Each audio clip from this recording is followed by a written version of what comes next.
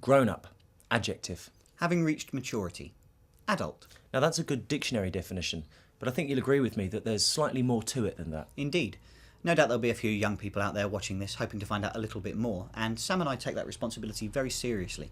So, what does it really mean to be a grown-up?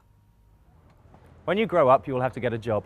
Because the education system is likely to fail you and almost certainly crush any passion you had for anything even vaguely creative, it'll probably be a job you hate. You'll spend a third of your waking life in misery, working for a bully far more manipulative and cunning than anyone you ever encountered in school. The purpose of a job is to earn money, because believe it or not, there will come a time when your loved ones will no longer want to provide the things you take for granted for free, such as food and shelter. Each month when you get paid for your job, you will pay the government taxes. The government is a group of people you will appoint to dictate how you lead your life, in many areas where they have no business doing so. The government will take a third of the money you earned each month in taxes, waste a significant majority of it, and then spend the remainder on things like schools, which your job proves was a waste of time, intimidating other countries into hating you, and the NHS. This of course assumes that you're lucky enough to live in one of the countries that doesn't specifically use your money to employ people to kill and or rape you. NHS stands for National Health Service, and is like a joke, but not funny. It's meant to be a place you go when you're poorly, but because scientists have invented lots of clever but expensive ways of keeping people who should have died years ago alive by chaining them to machines, you won't be able to get an appropriate level of health care. Instead, you'll be given an 0845 phone number called NHS Direct, where you will pay extortionate rates to call from your mobile telephone, be put on hold for half an hour as the life drains away from you, only to be told by someone who works in a call centre, one of the jobs you'll grow up to hate, that you need to see a doctor.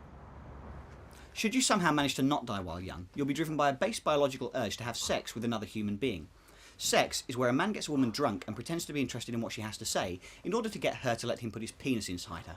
For the girls, this newfound love will shortly be followed by a desire to have a baby, the outcome of which will be that your vagina will be ripped to pieces prior to contracting a flesh-eating bug called MRSA because you gave birth in an NHS hospital. Whatever your gender, rest assured this child will take up what little money you have left and grow to resent you, which is one of the many reasons that by this point in your life you've developed an addiction to antidepressants to prevent you from crying yourself to sleep every single night. In your adult life, things will go wrong. Constantly. And when they do, you will contact the insurance company that you have paid yet more of your dwindling funds to in the hope that they will support you in getting your life back on track. They won't. Instead, a teenager in a call centre, spot the pattern, will point out that due to a bizarre clause written in invisible ink and only legible through a microscope, they are entitled to keep all of your money and do absolutely nothing for you. Should you be really unlucky, you might get cancer. 1 in 3 of you will be affected by cancer. Cancer is where tiny little bits in your body keep dividing and dividing until they invade important parts of your body and stop them working, so you die. Despite donating some of your pathetically small amount of money to charities that were set up to find a cure for cancer, cancer will still kill you. So, given that you've already paid for the NHS, you have in effect been mugged twice. Should you be lucky enough to reach middle age, it's likely that you boys will run off with a younger, slimmer, more attractive blonde woman, confirming all the fears that women have been trying to suppress all this time. At this point, they will attempt to overdose on those antidepressants we mentioned earlier and end up back at the NHS. Meanwhile, the boys will buy a ludicrously extravagant car, which will make them a focus and derision of scorn from the exact people they're trying to impress. Cruelly, at this point of life, a woman's femininity will be ripped away from her by a magical and mysterious process called the menopause.